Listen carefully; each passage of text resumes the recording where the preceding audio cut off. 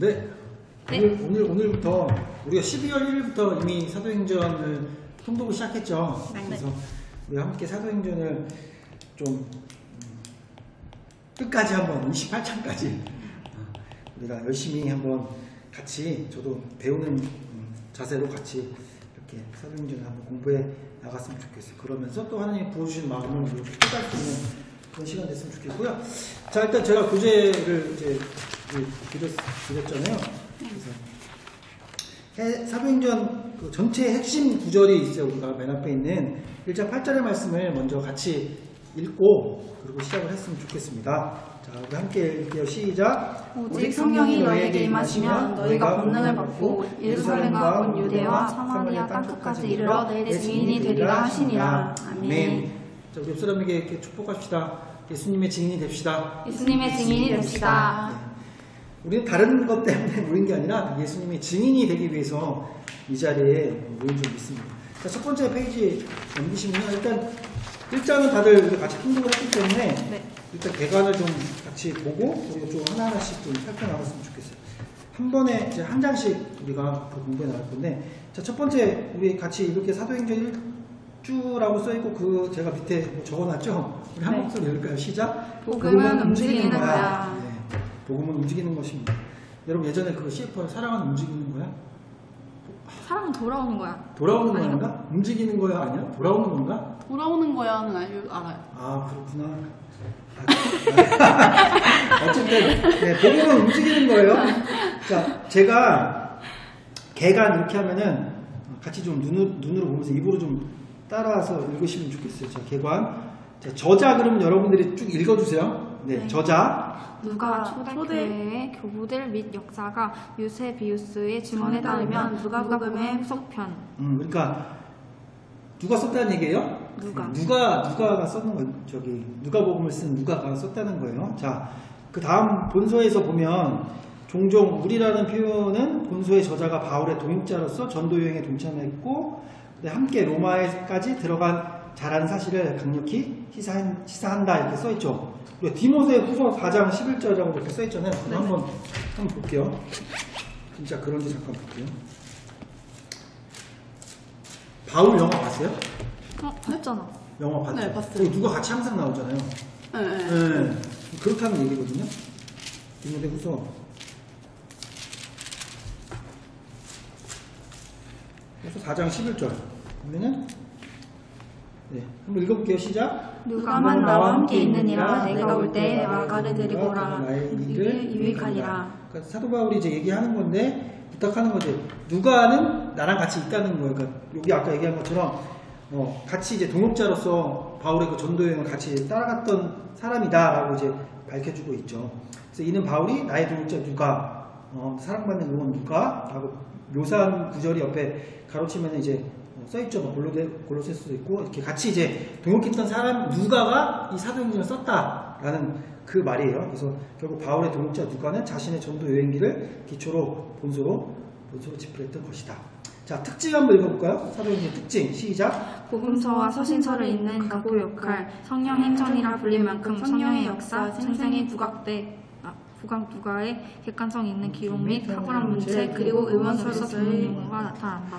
특징은 이제 복음서, 사복음서가 있잖아요. 마태, 마가, 누가, 요한이 있고 그 다음에 뒤에 이제 로마서부터 쭉 나온 사도 바울의 그런 서신서를 중간을 잇는 그런 가교 역할, 다리 역할을 하고 있다는 거에서 성령 행전이라고 불릴 만큼 성령의 역사, 그러니까 예수 그리스도가 너희는 떠나지 말고 성령을 기다리라 해서 성령을 받은 후부터 이제 복음이 이제 쭉 이제 전파되어 있는 과정 자체를 쭉 이렇게 누가가 객관성 있게 기록을 하고 탁월한 문체, 우리나라 말로 아니면 헬라어로 이렇게 멋있는 문체를 썼나 봐요. 저는 모르겠는데 어쨌든 탁월한 문체를 쓰면서 그리고 또 의원으로서, 그러니까 의사로서의 전문 용어들이 이 사도행전 곳곳에서 나타나는 것을 우리가 앞으로 이제 보게 될 거예요. 자, 기록 연대는 AD 61년에서 63년.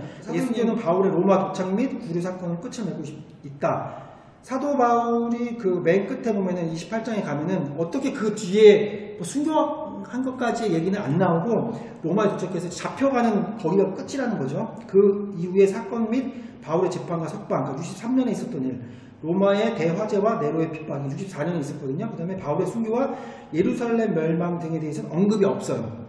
28장까지밖에. 그래서 따라서 바울의 로마 도착 61년 그리고 온 이때 동안 그러니까 2년 동안의 재판에서 억류되어 있을 동안에만 사도행전을 누가가 썼다. 그 이후의 것들은 우리가 다른 어떤 책이라든지 어떤 그런 그런 사본이라든지 그런 걸 통해서 알 수 있는 거고 사도행전은 어쨌든 로마에 도착해서 잡혀 있는 그 때까지만 기록이 되어 있다라고 우리가 알고 있으면 될 것 같아요.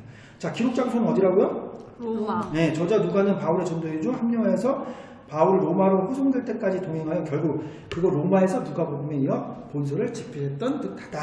자, 우리 기록 목적이 세 가지로 나와 있는데 기록 목적을 한번 읽어볼게요. 기록 목적 첫 번째 시작. 데로빌로로 대표되는 이방인들에게 예수의 십자가와 부활을 증언하기 위해 네, 두 번째. 성령의 역사로 말미암는 교회의 탄생과 예루살렘으로부터 로마 전역으로 뻗어가는 교회의 성장 과정을 전하기 위해 네, 세 번째. 유대인들과 이방인들에게 그리스도 교회의 복음을 전쟁하기 위해 네, 자, 첫 번째 데로빌로라는 이방인 로마 사람으로 추정되는 그 로마인한테 예수 그리스도가 누구 있는지 어떻게 이 땅 가운데 오셔서 어떻게 사역을 하셨고 십자가에 돌리셔서 부활을 하셨는지에 대해서 얘기를 해주는 거예요. 그리고 누가복음이 거기까지 얘기를 해주고 그 다음에 다시 데오빌로에게 예수님 승천 이후에 성령의 역사가 어떻게 흘러가는지 그래서 그 성령의 말미암아 교회가 탄생하고 이방 나라의 각 나라마다 그리스도의 복음이 전파되는 것들을 이제 알려주는 거예요. 그래서 마지막으로 유대인들과 이방인들에게 그리스도의 복음을 변증하기 위해서 결론은 뭐냐면 복음이 어떻게 많은 나라 가운데 펼쳐지게 되는가. 여기 우리가 아까 1장 8절처럼 예루살렘과 그 다음에 온 유다 사마리아 땅끝까지 복음이 어떻게 펼쳐지는 거에 대해서 데로빌로에게 얘기해주는 그런 형식을 갖고 있다는 거예요. 자, 그 다음 이제 본서의 무대 해가지고 사진이 조금 잘 안 보이긴 한데 오른쪽 하단 보면 이제 예루살렘 보이세요? 예루살렘 오른쪽 하단에 보면은 예루살렘이라고 보이죠? 네. 수현 찾았어요? 네. 그렇죠. 예루살렘이고 그 위에 바로 사마리아 있죠, 그죠? 네. 그래서 예루살렘과 유다와 사마리아 땅끝까지 이래서 저기 땅끝에 지금 이 사진은 이제 바울의 선교 여행지를 주로 이제 나타나는 건데 지금 보이는 곳에서 이제 고린도라고 얘기하는 저기 해서 그 옆에 있는 로마까지 이 넓은 이제 이 곳까지 이제 복음이 전파되는 과정들을 좀 앞으로 이제 사도행전을 통해서 쭉 보게 될 거예요. 그러니까 주 활동하던 무대가 여기다라는 것을 알아주시면 될 거고 이때 당시에 세상의 끝이라고 하면 그때는 사실은 그게 뭐죠? 동그란 게 지동설이고 평평한 게 천동설인가요? 네. 맞죠? 네. 맞죠? 지구는 평평하다. 코페르니쿠스 지동설인가요? 헷갈리네요. 좀 너무 오래됐는데 얼마 안 됐는데 사실은 맞을걸요? 어쨌든 그러니까 지구가 둥글다고 믿지 않은 시대였잖아요. 그래서 이때의 땅끝은 어디냐면은 스페인 스페인이 얘네들 다시스 그때 요나가 하나님 복음 전하기 싫어가지고 도망갔을 때 다시스까지 간다고 배를 탔잖아요. 그러니까 걔가 생각한 거는 땅끝까지 가면 하나님 못 찾겠지 해서 간 거니까 지금의 여기 상태에서는 거기 가면은 이렇게 책상처럼 네모나고 다시스 가면 그 뒤로 가면 떨어지는 걸로 사람들이 생각했거든요. 어쨌든 그런 시대에 이 정도까지 로마 이탈리아 조금 지나면 이제 스페인이잖아요. 그리고 거의 세상 끝까지 이 복음이 전파됐다 보시면 돼요. 그때 당시에 사고방식이거든요. 자, 그런 이 본 무대 이제 앞으로 이제 바울을 통해서 또 나아가는 것도 우리가 이거 지도 보면서 또 이제 할 거예요. 자, 한 장 넘기셔가지고요. 자, 핵심이라고 써있죠. 자, 핵심장은 아까 1장 8절도 있지만 2장이에요. 2장. 그 옆에 있는 거 한번 같이 읽어볼게요. 시작. 오순절 성령 강림 사건 이후 성령의 역사로 인해 복음이 전파되기 시작. 네. 핵심인 것은 그래서 오순절 성령을 받아서 그 제자들을 통하여서 그 교회가 탄생하고 그 복음이 쭉 이제 땅끝까지 전파되는 것이 바로 핵심이라는 거예요. 이 사도행전에. 그리고 핵심 요소는 아까 읽었던 1장 8절.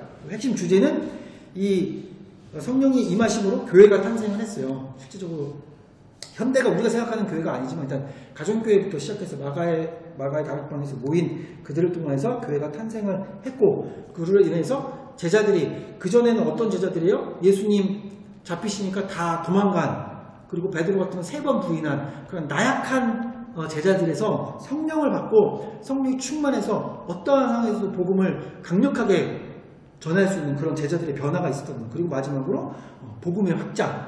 그냥 그 예루살렘 안에 있었던, 이스라엘 안에 있었던 그런 예수를 따르는 그런 작은 종교를 떠나서 그 차원을 넘어서 크게 세계로 복음 확장되었다. 이것이 바로 사도행전의 핵심이다 라고 생각을 해 주시면 되겠습니다. 자, 본서의 구성 크게 세 부분으로만 이제 나눈다는 것만 이제 알고 계시고, 첫 번째는 1장 1절부터 7장 60절까지 이제 예루살렘 교회에 대한 것. 그 다음에 두 번째가 유대와 사마리아 교회 8장 1절부터 12장 25절까지. 세 번째가 이방교회 13장 1절부터 28장 31절 끝까지. 자, 그러면 1번, 2번, 3번이 뭐예요? 아까 그 1장 8절의 말씀 똑같죠? 맨 처음 예루살렘의 교회가 탄생했고 너희가 권능을 받고 예루살렘과 그 다음에 유다와 사마리아 교회가 탄생했죠. 그러니까 유다와 사마리아 됐고 이방교회 땅끝까지 이르러 이렇게 단계적으로 예루살렘, 유다, 사마리아, 그 다음에 땅끝까지 이방교회까지 이렇게 복음이 전파되는 것을 크게 세 덩어리로 나눌 수 있고, 여기 뭐 A, B를 또 제가 큰 거는 나눠 놨는데 그거는 참고적으로 보시면서 크게 정말 하나님의 말씀대로 이게 진행되는 과정을 우리가 보게 될 거예요. 자, 그래서 우리가 이제 그런 기본적인 어떤 배경 자체를 좀 아시고 나서 성경을 같이 좀 읽었으면 좋겠어요. 자, 우선 1절부터 5절까지 우리가 한 목소리로 좀 읽도록 하겠습니다. 자, 1절부터 5절까지. 오늘은 26절까지만 해서 굉장히 뭐 금방 끝날 것 같긴 한데 오늘 통독하니까 엄청 오래 걸리는데 어쨌든 자 1절부터 물 좀 편안하게 마시시고요.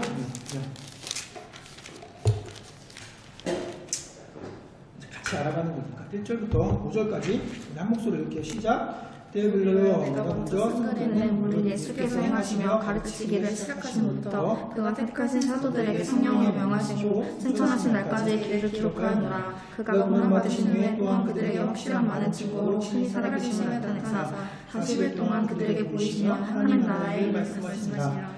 사도와 함께 모이사 그들에게 분부하여 이르시되 예루살렘을 떠나지 말고 내게서 들으마 아버지께서 약속하신 것을 기다리라. 요한은 물론 세례를 베풀었으나 너희는 몇 날이 못되어 성령으로 세례를 받으리라 하셨느니라. 아멘. 자 1절부터 5절까지는 여기 이렇게 써있어요. 승천하시기 직전에 예수님, 아직 예수님이 하늘로 올라가신 건 아니에요.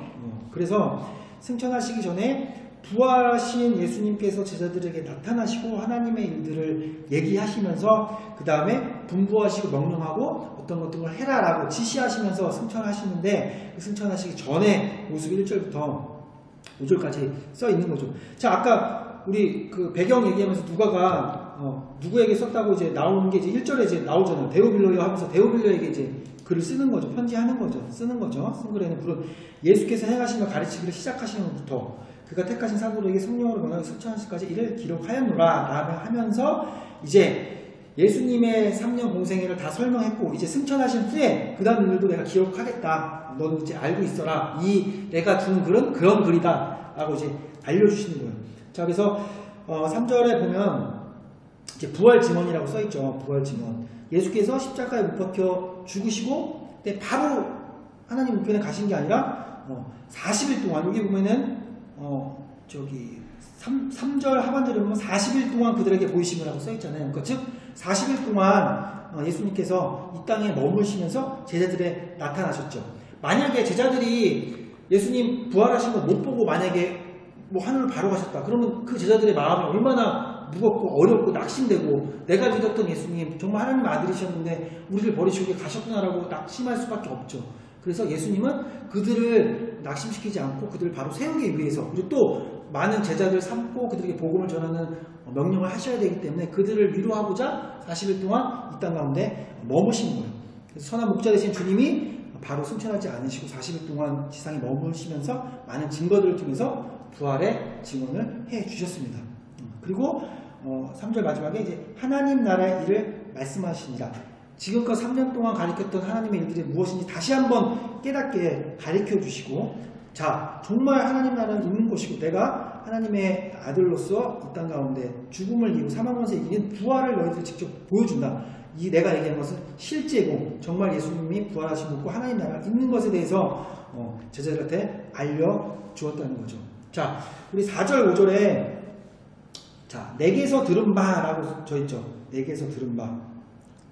찾아보세요. 4절 예루살렘 떠나지 말고 내게서 들은 바라고 돼 있죠. 그죠? 그죠? 네. 돼 있죠. 내게서 들은 바. 그러면 여러분은 가로 안에 뭐뭐에 대한 약속 이렇게 돼 있잖아요. 네. 가로에 대한 뭐뭐 약속하고 우리 요한복음 14장, 15장, 뭐 16장 이렇게 써 있잖아요. 네, 한번 각자 한번 찾아보실래요? 그래서 가로 안에 뭐가 들어가면 맞을까? 내게서 들은 바가 무엇일까? 어떤 거에 대한 약속인가를 여러분 성경을 통해서 한번 찾아보세요. 요한복음 14장, 16절, 17절에 있고요. 15장에 있고요. 16절, 17절에도 있어요. 아, 맞히는 거예요? 네, 쓰세요. 거기다가. 아. 네, 쓰세요. 네. 발표는 시키지 않을게요. 네. 자, 내게서 들은 바가 뭐겠어요? 바로 보혜사 성령님에 대한 약속이잖아요. 보혜사 성령님을 주시겠다라는 거잖아요. 내게서 들은 바를. 그래서 오늘 사도행전에서 사도들한테 얘기해서 야, 예루살렘 떠나지 마. 그리고 내게서 들은 바. 그러니까 이 공생애 동안에 예수님이 미리 얘기해 주시는 거잖아요. 어떤 일이 일어날 것이냐. 보혜사 성령이 오실 거라는 약속을 니네가 들은 것을 기다리라는 거죠. 자, 그 다음에 아버지께서 약속하신 가로가 있죠? 아버지께서 약속하신 일이 무엇일까요? 누가복음 24장 49절. 저희 레마나루의 특징은 성경을 많이 찾습니다. 누가복음 24장 49절. 찾으셨으면 쓰세요.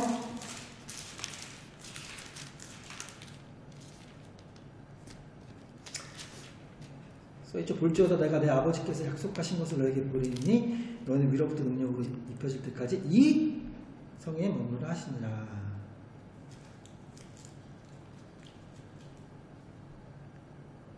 네, 아버지께서 약속하신 게 무엇이죠? 무엇일까요? 네, 성령 강림. 네, 성령이 오신다라는 것을 아버지께서 약속해 주셨어요. 즉 아까 앞에서 내게서 들은 것, 늘 하나님께서 예수님께서 얘기해 주신 것도 성령이 오신다는 거고, 근데 하늘 아버지께서 약속하신 것도 무엇이냐면 성령이 오신다는 거예요. 계속적으로 이 얘기를 하는 이유는 제자들의 수준 자체는 지금 성령을 받지 않은 상태이잖아요. 상당히 연약하고 맨날 예수님이 얘기해 주는데 맨날 까먹고, 야 나 부활할 거야인데 맨날 까먹죠. 그러시면 안 됩니다. 뭐 죽으시면 안 되세요. 이런 얘기는 하고 있고, 그러니까 다시 한번 일깨워주는 거죠. 성령이 온다고 내가 얘기했잖아 늘. 그리고 하나님께서 아버지가 성령 보내시고 얘기했잖아. 잘 들어 라고 얘기를 해주시는 거예요. 자, 이것을 요약하면 1, 2, 3번에 제가 문항을 다녔어요. 자, 어디를 떠나지 말라? 1번에 1절부터 5절 안에 다 있어요. 어디를 떠나지 말라. 그 다음에 두 번째, 아버지께서 무엇 하는 것을 기다리라. 그 다음에 3번, 연날이 안 되어 무엇을 받으리라. 1절부터 5절에는 다 있죠. 자, 4절에 어디를 떠나지 말라고 써있죠?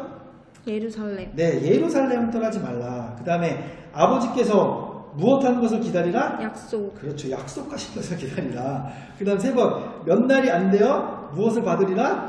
성령을 받으리라. 네, 그게 오늘 1절부터 5절까지 예수님께서 핵심적으로 얘기하는 거예요. 야, 니네 예루살렘 떠나지 마. 니네 저기 좀 불안하고 막 그래가지고 막 여기저기 막 도망가지도 말고 여기저기 갈 필요가 없어. 내가 용량이 예루살렘 떠나지 말고 아버지께서 약속한 것을 기다려.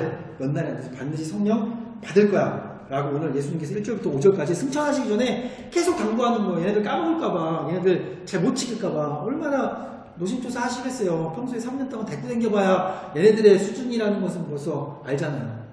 그러니까 계속적으로 얘기를 해주고 계십니다. 자, 6절부터 11절까지 그러면 이 땅에 남은 제자들이 어떤 사명과 자세를 가져야 되는지 우리가 한번 살펴보도록 하겠습니다. 6절부터 11절까지만 함께 읽어보도록 하겠습니다. 시작. 그들이 모였을 때 예수께 여쭈어 이르되 주께서 이스라엘 나라를 회복하심이 이때니까 하니 이르시되 때와 시기는 아버지께서 자기의 권한에 두셨으니 너희가 알 바 아니요 오직 성령이 너희에게 임하시면 그가 권능을 받고 예루살렘과 온 유대와 사마리아 땅끝까지 이르러 내 증인이 되리라 하시니라. 이 말씀을 마치시고 그들이 보는 데 올려져 가시니 그들이 그를 가리어 보이지 않게 하더라. 올라가실 때 제자들이 자세히 하늘을 쳐다보고 있는데 흰 옷 입은 두 사람이 그들 곁에 서서 이르되 갈릴리 사람들아 어찌하여 서서 하늘을 쳐다보느냐. 너희 가운데서 하늘로 올라오지 계시 이 예수는 하늘로 가심을 본 그대로 오시리라 하느니라. 아멘.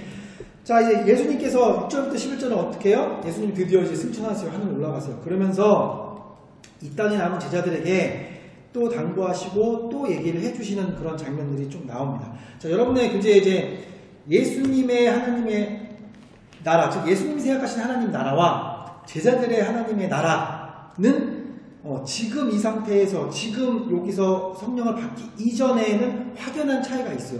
자, 우리 6절만 읽어보면 그들이 모였을 때 예수께서 여쭈어 이르되 주께서 이스라엘 나라를 회복하심이 이때니까 라고 물어봐요. 즉 얘네들이 생각하는 정도는 예수님이 다시 부활하셔서 오셨잖아요.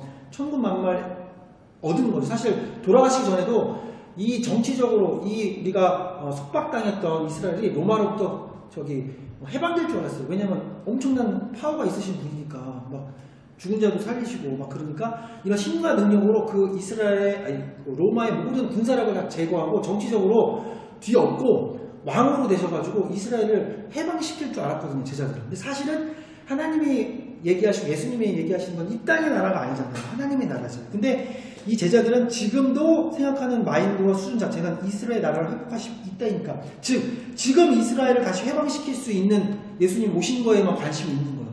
맨날 3년 동안 얘기했던 하나님의 나라는 이런 것이다. 많은 팔복을 통하여서 하나님 백성들을 이렇게 살아야 된다. 이런 것들 많이 가르쳐줘봐야 실질적으로 얘들은 기억하지 못하는 거예요. 즉 예수님이 말씀하신 하나님 나라는 영적인 나라인데 얘는 제자들은 육적인 나라만 생각하고 있는 거예요. 그래서 하나님이 다스리는 영적인 나라에는 관심이 없고 이 땅에서 이스라엘이 어떻게 잘 될까? 우리는 어떻게 형통하면 될까? 내 소원이 이루어질까? 온통 여기에만 집중하고 있었다는 거예요. 즉 자기들이 원하는 나라를 완성하기를 원하는 것이 하나님의 나라를 완성하는 건 얘네들은 아직은 관심이 없어요. 6절만 읽어보면 지금 그렇다는 거죠. 자, 그래서 예수님께서 그렇게 말씀하세요. 7절에 이르시되 때와 시기는 누구만 안다고요? 아버지께서만 아시는 거예요. 하나님께서만 아시는 거예요. 이스라엘 나라를 회복시키는 세상의 나라를 회복시키고 또 하나님 나라를 회복시키는 어떤 것이든지 하나님만이 그것을 알고 계신다. 너희들의 관심과 너희들의 생각은 거기에 집중할 것이 아니라 하나님이 어떻게 이루시는 거에 관심을 가져야 된다라고 오늘 6절과 7절을 통해서 예수님이 말씀해 주고 계십니다. 사실 예수님이 이거 얘기할 때 얼마나 답답하겠어요. 내가 하나님의 나라에 대해서 그렇게 얘기를 했고 하나님 나라는 어떤 것이 눈에 보이는 나라가 아니라 눈에 보이지 않지만 하나님께서 통치하고 계시는 정말 영적인 하나님 나라, 천국일 수도 있고 하나님 통치가 이해하시는 어떤 세상의 어떤 나라들을 얘기를 하고 싶은데 얘네들은 아직도 깨닫지는 못하고 있어요.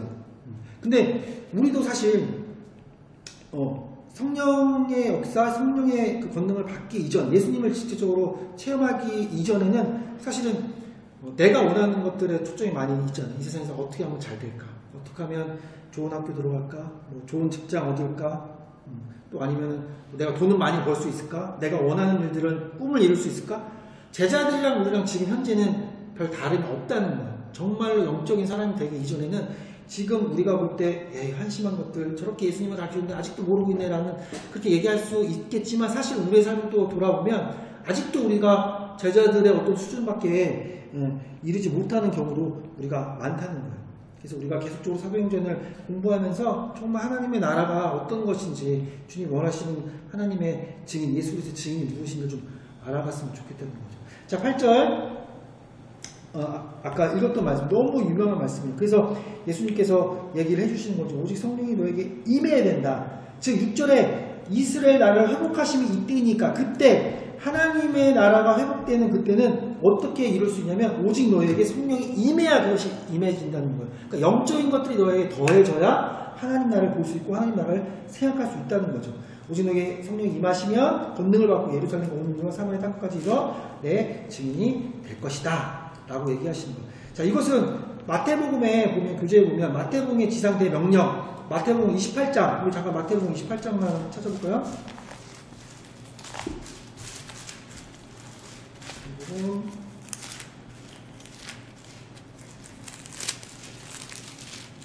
28장 18절부터 20절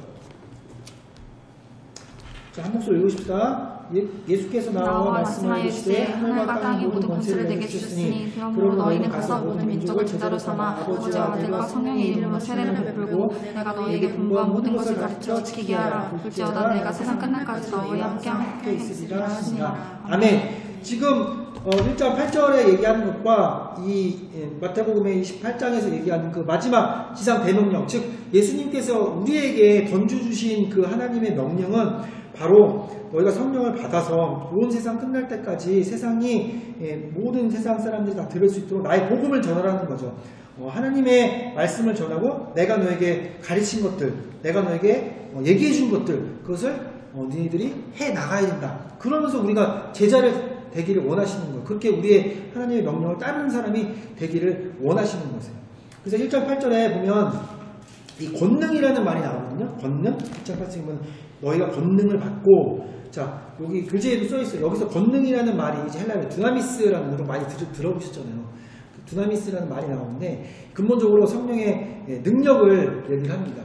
파워, 하나님의 그 성령의 능력을 얘기하는데, 그 능력으로 인하면서 아니면 각종 은사들이 또 나타나게 돼요. 그 결과적으로 얘기를 해서. 그래서 우리가 이 시간 고린도전서 12장 8절부터 11절까지를 좀 찾아보시면서 어떠한 두나미스, 어떠한 성령의 능력들이 나타나는지 한번 적어보셨으면 좋겠거든요. 고린도전서 12장 8절부터 11절까지 말씀에 한 가지에 국한된 것이 아니라 여러 가지 성령의 능력들이 나타납니다. 두나미스, 폭발, 여기서부터 뭐 다이아몬드라는 뭐 명사가 나왔다고 하는데 어쨌든 어떤 능력들이 나타나는지 성령의 권능을 받으면, 능력을 받으면 한번 적어보도록 할게요.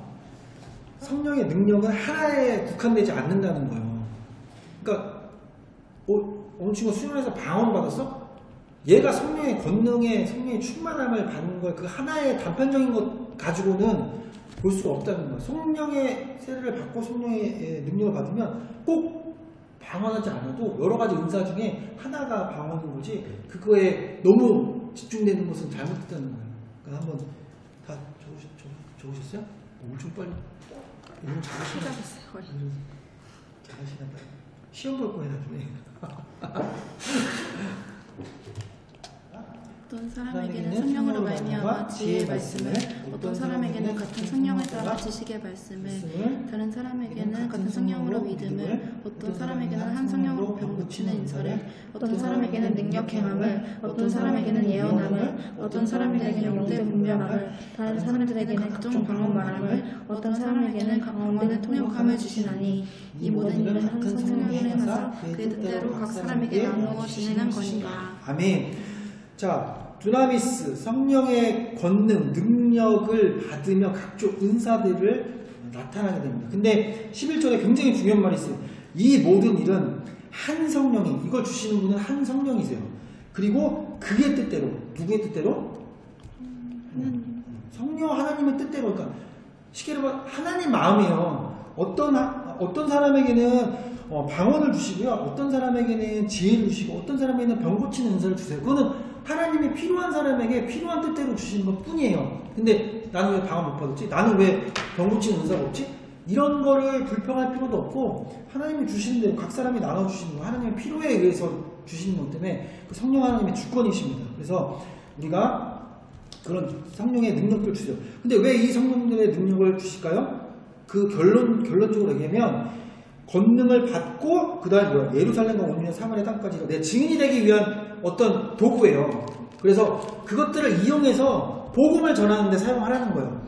그걸 줘가지고 너 돈 버는 데 사용하는 게 아니라 너 학업을 잘하는 게 중요한 게 아니라 뭐 예를 들어서 여기 지혜 영을 줬어요. 지혜 갖고 뭐 나 공부 열심히 할 수도 있겠죠. 하지만 그게 복음이랑 전혀 상관없는 내 삶의 유익을 위해서만 사용하는 것은 아무런 의미가 없다는 거예요. 병 고치는 거 했어요. 근데 내가 병 고친 은사로 해가지고 내가 막 인기 빡 터졌어. 되게 유명한 부흥 집회 뭐 그런 불리는 사람 돼서 막 손만 앉으면 다 사람이 나. 와, 저 사람 대단합니다.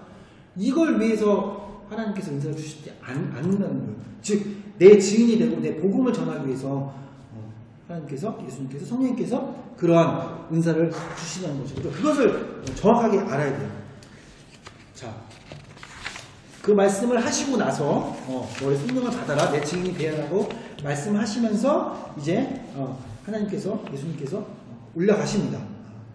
그래서 10절에 보니까 제자들이 자세히 하늘을 쳐다보는데 흰 옷 입은 두 사람이 뭐 천사들이겠죠? 천사들이 같이 호의를 받으시면서 올라가세요. 자, 그러면서 이제 11절에 가면 갈릴리 사람들아 하고 이제 천사들이 얘기를 해줘. 어찌하여 서서 하늘을 쳐다보느냐? 너희 가운데서 하늘로 올려주신 이 예수는 하늘로 가심을 본 그대로 다시 오시리라 하였습니다. 이렇게 얘기하죠. 11절. 이 가로 안에 무슨 소망이 우리가 있어야 되겠어요? 무슨 소망? 11절에 교재에 보시면 어떤 소망을 우리가 갖고 살아야 되겠습니까? 주님의 승천은 성도들과의 단절을 의미하는 것이나 영광스러운 무엇을 바라보도록 하는? 네, 영광스러운? 재림. 네, 재림을 받아도록 하는 소망이 사건이죠. 네. 친절해요. 교재가 밑에 다 있어요. 네. 자, 11절 결국 뭐예요? 우리는 재림 소망을 가지고 살아야 된다는 거예요.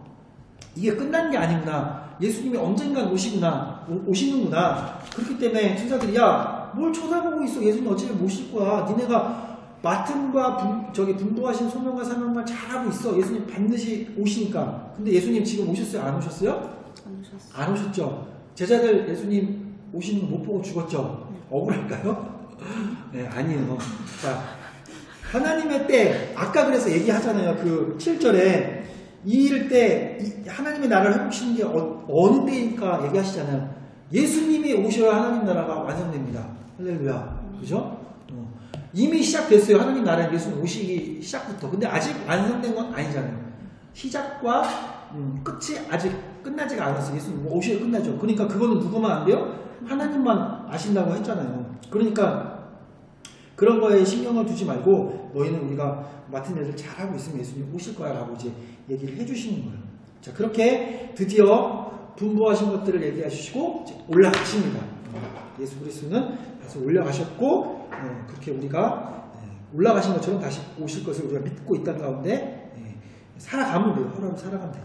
자, 이제 12절부터 26절까지 그 이후에 제자들이 성령 강림을 위한 준비, 이제 예수님의 말씀을 듣고 그 성령을 받기 위한 준비 과정을 이제 여기서 이제 그 다음 주부터 쭉 이제 나와요. 조금 기니까 우선은 14절까지 12절, 13절, 14절 그렇게 세 절만 한번 읽어보도록 하겠습니다. 시작. 제자들이 감람원이라 하는 산으로부터 예루살렘에 돌아오니 이 산은 예루살렘에서 가까워 안식일에 가기 알맞은 길이라. 들어가 그들이 유다는 다락방으로 올라가니 베드로, 요한, 야고보, 안드레아, 빌립, 도마와 바돌로메, 마태와 및 알페오의 아들 야고보, 슬론, 시몬, 야고보의 아들 유다가 다 거기 있어. 여자들과 예수의 어머니 마리아와 예수의 아우들과 더불어 마음을 같이하여 오로지 기도에 힘쓰더라. 아멘, 아멘. 자, 이제 제자들이 감람원이라는 산으로부터 예루살렘에 이제 돌아왔어요. 예수님 승천하는 곳이. 그 다음에 예루살렘에서 가까워 안식일 가기 알맞은 길이라. 그래서 뭐 마가의 다락방이라고 유추되어진 그 마가의 다락방에 예수님의 제자들 그리고 또 예수님의 그 형제들 마리아와 또 이제 전체적인 그 예수를 따랐던 그 무리들 그 15절에 보면 약 120명 정도 됐다고 하는데 그 120명의 사람들이 마가의 다락방에 이제 모이고 있어요. 모여서 이제 하나님의 그 말씀대로 예수 그리스도의 말씀대로 이제 함께 성령을 받을 준비를 하고 있는 거예요. 자, 교재에 보면 사도들은 예수님이 승천 직전에 분부한 말씀을 기억하고 예루살렘으로 돌아왔습니다. 그리고 그들이 평소에 거하던 다락방으로 올라가서 이미 와 있던 다른 제자들과 함께 뭐뭐뭐에 힘썼습니다. 라고 가로 안에 있죠? 거기 한번 채워볼까요? 무엇에 힘썼을까요? 14절에 나와 있는 얘기거든요. 기도. 네. 좀 구체적으로 쓰셔야 될 것 같아요. 어떻게 하여 했는지. 그 뒤에 밑에 다 막 자세히 나와 있잖아요. 교재에 나와 있어요. 교재 아주 친절한 교재예요. 그들이 어떻게 했다고요? 14절 끝에 마음을 같이하여 오로지 기도에 힘썼죠. 기도에 힘쓰긴 했는데 어떻게 했냐면 마음을 같이하여서 오로지 기도에 힘썼다고 그래요. 즉 뭐예요? 14절 밑에 교재를 보세요. 마음을 같이 한다는 곧 합심기도라는 거잖아요. 그래서 우리가 기도할 때는 그 은밀한 골방기도 1대1의 하나님과의 관계, 이제 마태복음 6장 6절에 보면은 은밀한 곳에서 기도해라 라는 이제 말이 있는데, 그렇게 기도하는 1대1의 기도도 있고 합심하여서 기도할 때도 있어요. 근데 지금은 개인의 심령을 기르고 살찌우는 경건의 기도가 1대1 기도라고 하면, 이 합심 기도는 성령으로 충만해지고 교회가 태동이 되고 부흥시키는 능력이 있는 기도라고 우리가 생각을 해주시면 좋을 것 같아요. 즉 마음을 같이해서 한 마음으로. 근데 나는 딴 생각하고 얘는 이 생각하고 이런 게 아니라 얘네들이 한 가지 생각만 했겠죠. 무엇? 성령을 받으라고 했는데 성령이 뭐지? 성령을 받고 싶은 그 마음 한 가지에 초점이 맞춰져 있다는 거예요. 그래서 그들이 마음을 같이 해서 기도했다라고 해요. 자, 여기서 오로지 힘쓰다 라는 이제 단어가 나오잖아요. 근데 오로지 힘쓰다라는 말을 그 밑에 교재에 써놨는데 프로스 카르테로라는 이제 말이래요. 그래서 프로스라는 게 이제 가로 안에 목표를 향하여, 프로스라는 게 목표를 향하여 라는 뜻이고, 카르테로라는 말이 확고부동하게 매달리다. 확고부동하게 매달리다. 그러니까 내가 목표를 딱 정하고 성령을 받는 거에 목표를 정하고 확고하게 매달렸다는 건 뭐예요? 그게 분명히 이루어지겠다는 거잖아요. 이루어진 것을 믿음으로 기도하는 거지. 올 건 말고 안 올 수도 있고 뭐 그냥 그렇게 기도했다는 게 아니에요. 프로스 카르테로는 내가 성령을 받을 거야. 우리 성령을 받을 거야. 왜? 예수님이 말씀하셨으니까 확실히 올 거야 라는 의미를 가졌다는 거죠. 그 단위. 곧 교재에 성령을 보내줄 것이라는 주님의 약속을 굳게 잡고 그것을 위해 전심전력으로 매달렸다는 의미죠. 목적 있는 기도였다는 거예요. 그냥 중언부언하고 우리가 그냥 아무 생각 없이 하는 기도가 아니라 목적 있게, 이와 같이 합심기도와 전심전력의 기도가 있었기에 마침내 10일 후에 그 오순절 달을 받고, 우리가 2장 이제 다음번에 한번 나눌 거지만 성령 충만을 받게 돼요. 그러니까 우리도 어떻게 돼요?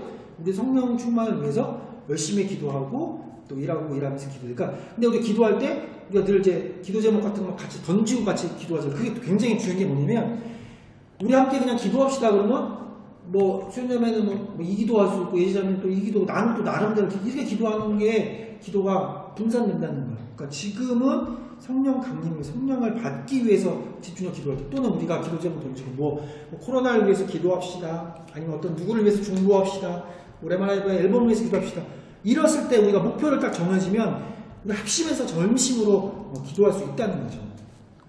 우리가 앞으로도 기도할 때 그런 것들에서 굉장히 중요한 거죠. 그리고 또 1대1로 기도할 때는 자기 문제들 들고 나올 때는 골방에서 아무도 없는 그런 가운데서 할 필요도 있고, 그래서 우리가 지금 이 늙었던 이들은, 제자들은 확실한 목표, 성령을 받기 위한 준비에, 기도에 힘썼다는 거예요. 자, 이제 15절부터 26절까지는 조금 기니까 우리 잠깐 교독할게요. 쭉 들고. 자, 모인 무리의 수가 약 120명이나 되더라. 그때 베드로가 그 형제들 가운데서 일어서서 이르되, 형제들아, 성령이 다윗의 입을 통하여 예수 잡는 자들의 길잡이가 된 유다를 가리켜 미리 말씀하신 성경에 응하였으니 마땅하도다. 이 사람은 비 뽑아 마띠아를 얻으니 그가 11 사도의 수에 들어가니라. 아멘. 자, 이제 성령 강림을 위한 그들이 이 마음을 같이하여 오로지 기도에 힘썼어요. 자, 그리고 나서 모인 무리의 수 약 120명 정도 되는데, 그때 베드로의 설교가 이제 나오고 베드로가 그 가운데서 일어나서 이제 얘기하는 거예요. 전체적인 내용을 요약해 보면 이런 거예요. 가룟 유다가 죽었잖아요. 예수님을 판 그곳으로 자기가. 그래서 베드로가 얘기하는. 근데 그게 그때 당시 유다의 어떤 마인드의 변화, 갑작스러운 일, 이런 것들이 아니라 구약 성령의 시편의 이제 말씀을 인용하거든요. 구약 성경에 이미 이것들이 예언되어 있었던 것이다. 하나님의 말씀이 있었기 때문에 유다가 죽은 것 뿐이지, 그런 거에 우리가 갑자기 같이 사역하는데 한 사람 죽었다고 생각해, 그런 배신자가 있었다고 생각해 얼마나 침체할 수밖에 없어요. 그러나 이것들이 그때 당시에 어떤 뭐 상황에 따라서 한 거 아니라 이미 예언돼 있던 거야. 하나님 말씀대로 진행된 것 뿐이니까 걱정하지 마. 대신에 하나님께서 이 자를 대신해서 한 사람을 세울 것이라고 이제 얘기를 했으니까 우리가 그 사람을 하나를 모자란 수만큼을 채워야 된다라는 걸 이제 베드로가 많은 사람들한테 이제 설득력 있게 얘기를 해주고 있는 그런 장면이거든요. 그것을 통해서 사도의 자격으로 사도를 한 명 뽑자라는 그런 내용이에요. 자, 우리 교재 보세요. 베드로가 모인 무리들에게 배반자 누구죠? 가룟유다 대신 빈 사도의 수를 보충할 것을 설교합니다. 그래서 다윗의 시편을 인용하면서 가룟유다의 배반과 처참한 죽음과 사도직 탈락은 결국 우연이 아니라 구약 성경의 온전한 성취임을 제자들에게입니다. 제자라고 했어요. 제자들에게 상기시켜 주는 거야. 그러니까 가룟유다 대신 하나님께서 분명히 얘기하실 거야. 이게 다 성경에 써 있어 라고 얘기를 해주시면서 베드로가 사도의 자격을 21절 22절 보면 요한의 침례로부터 부활에 이르기까지, 지금 뭐냐면 예수님 처음 공생이 시작할 때부터 부활 승천할 때까지 함께 있었던 사람들 중에 우리가 12번째 사도를 뽑자라고 이제 베드로가 얘기를 해야 돼. 그것이 이제 사도의 자격이다 라고 얘기를 해요. 자, 그러면서 23절에 그들이 두 사람을 내세우는 거죠. 그래서 요셉이라는 사람하고 그다음에 마띠아라는 사람 두 사람이 있다. 그러니까 이 두 사람도 그 사도의 조건에 들어가겠죠. 맨 처음에 예수님 요한의 침례받는 순간부터 부활 때까지 항상 옆에 따랐던, 이게 우리가 12제자만 있는 게 아니에요. 제자들은 어마어마하게 많아요. 예수님 따르던 무리들은. 그 중에 이제 탑클래스 12명이 이제 뭐 최측근이라고 얘기할 수 있고, 그 다음 나머지도 많은데 그 사람들 중에 그 모든 조건이 맞는 사람들이 이제 2명이 있었던 거예요. 그래서 그 사람 중에 누굴 뽑을까? 라고 하는 그런 얘기거든요. 자, 그리고 이제 교재 보면 요셉 vs 마띠아 이렇게 써 있어요. 자, 근데 이상하게 23절에 요셉에 대해서는 조금 구체적으로 설명을 하고 있어요. 그죠?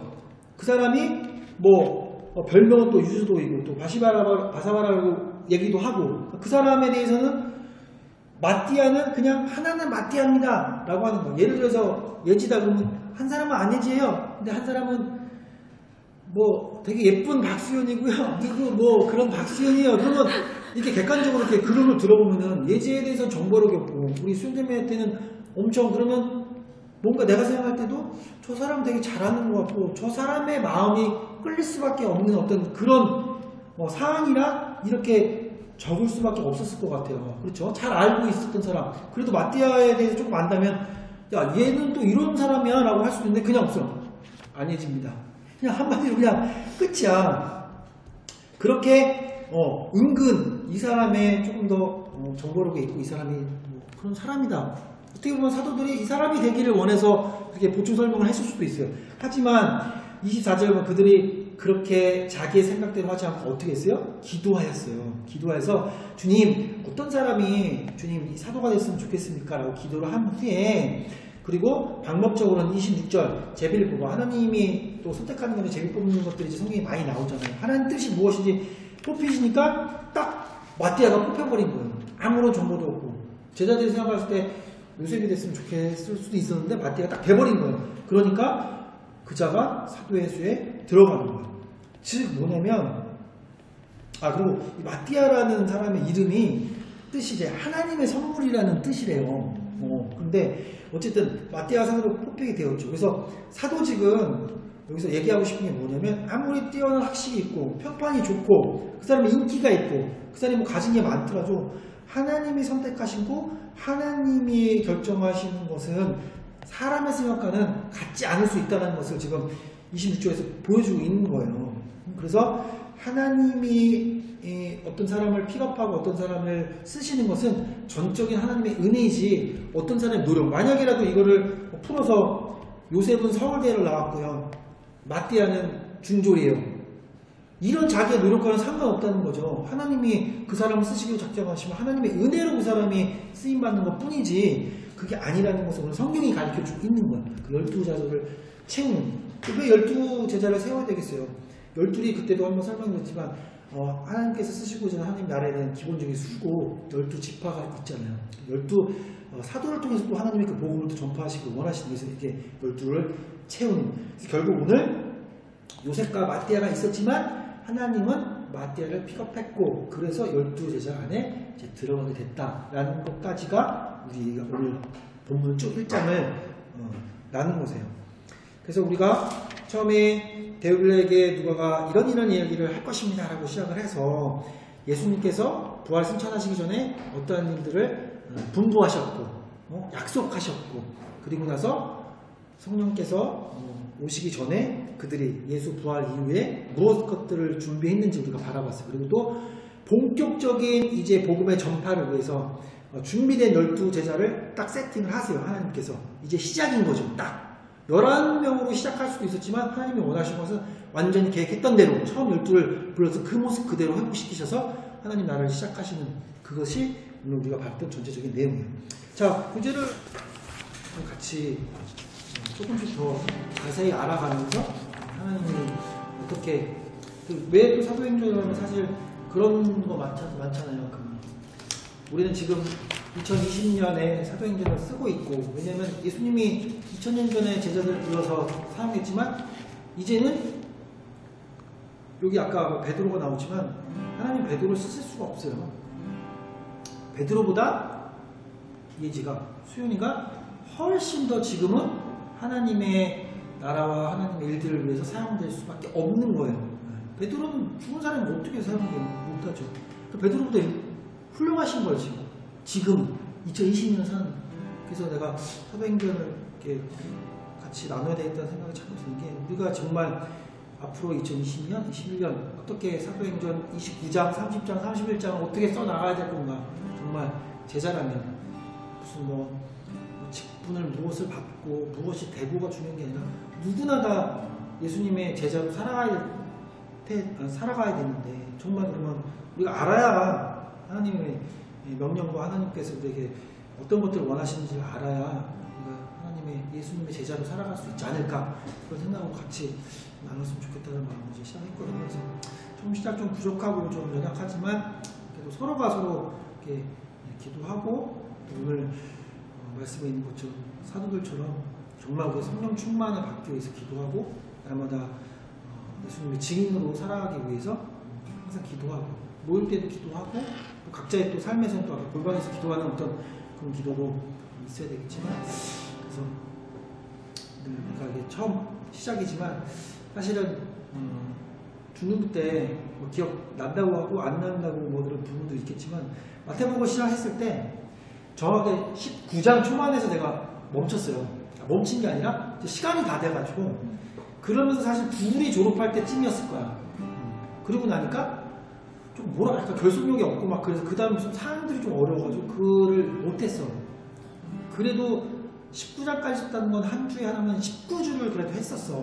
꾸준히 한 장씩 필사를 시켰고 내가 그것을 써왔고 그걸 다시 설명을 해줬고 그걸 갖고 붙잡고 끝나는 공과 시간에 기도를 많이 했었단 말이야. 그래서 아직도 거기도 28장이고 여기도 28장이야. 끝까지 한번 해보고 싶은 거야. 정말로. 그래서 사도행전을 끝까지 좀 28주겠죠? 28주를 하는 동안에 우리가 좀 이만큼 처음에 예수님의 뜻을 잘 알지 못했던 좀 부족한 제자처럼 시작했지만 28장이 끝날 때쯤이면 정말로 하나님 마음 정말 되게 좀 많이 알고 그 증인으로 살아갈 수 있는 힘과 능력이 우리한테 좀 조금이나마 부어질 수 있는 그런 시간이 되었으면 좋겠어요. 그래서 말씀을 생각하시면서 먼저 하나님이 우리에게 주신 말씀 우리가 한번 모일 때마다 또 읽고 또 통독 이제 계속 하고 있지만 하면서 그 말씀을 우리에게 주셔서 감사하고 그 말씀대로 살아갈 수 있는 힘과 능력이 우리에게는 분명히 없습니다. 우리에게는 없고 오직 성령이 우리에게 임하셔야만 우리가 그 모든 것들을 깨달아지고 또 그렇게 살아갈 수 있는 힘이 되기 때문에 단 한 가지 를 위해서 기도했던 것처럼 우리를 성령으로 가득하게 부어주시옵소서. 성령으로 충만하게 하여 주시옵소서. 그래서 사도행전을 읽으면서 성령의 능력을 우리가 실제 삶 가운데 누리고 그런 능력을 가지고 주의 복음을 전할 수 있는 저희들 되게 하여달라고 우리가 그 한 가지 성령 충만을 위해서 그렇게 기도하도록 하겠습니다. 기도하시겠습니다. 감사합니다.